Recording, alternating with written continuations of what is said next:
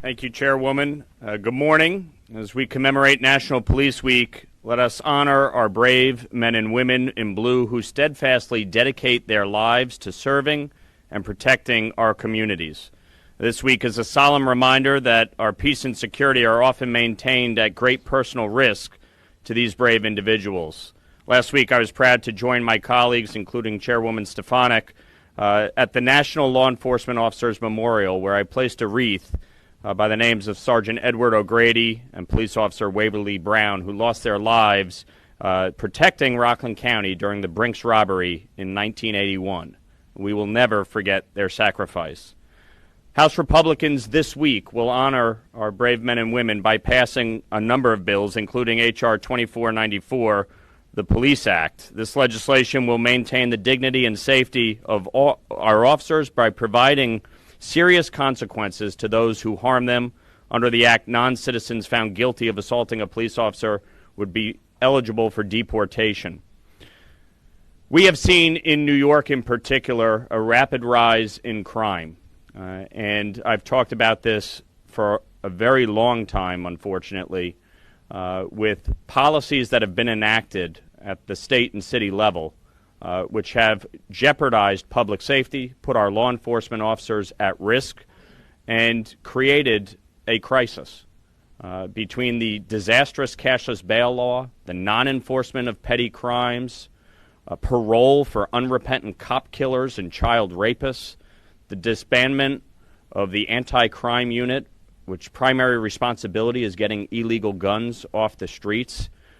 New York City has become a haven for criminals, and it needs to stop.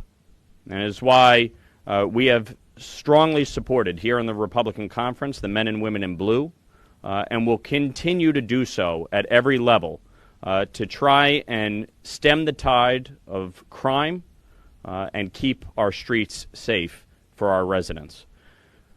One other thing I want to highlight, just this past weekend we saw in New York, homeless veterans being displaced to house migrants in the town of Newburgh at the behest of the city of New York and Mayor Eric Adams.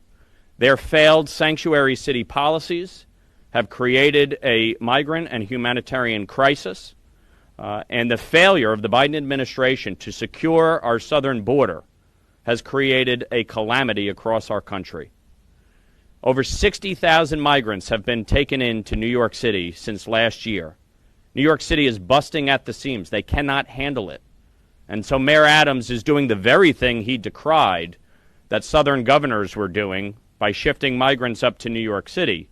He is now looking to shift migrants into communities like mine and municipalities all across New York State because they do not have enough housing in the city. The problem is they are failing to coordinate, communicate, and cooperate with municipal officials. And as a result, nearly 20 veterans were displaced, homeless veterans, citizens, people who served our communities, our state, our country, displaced in favor of homeless migrants. This is totally unacceptable and cannot stand. Mayor Adams owes an apology to these veterans, and he needs to cease and desist from shifting the responsibility of the migrants and his sanctuary city policies, which have long failed, onto municipalities such as mine.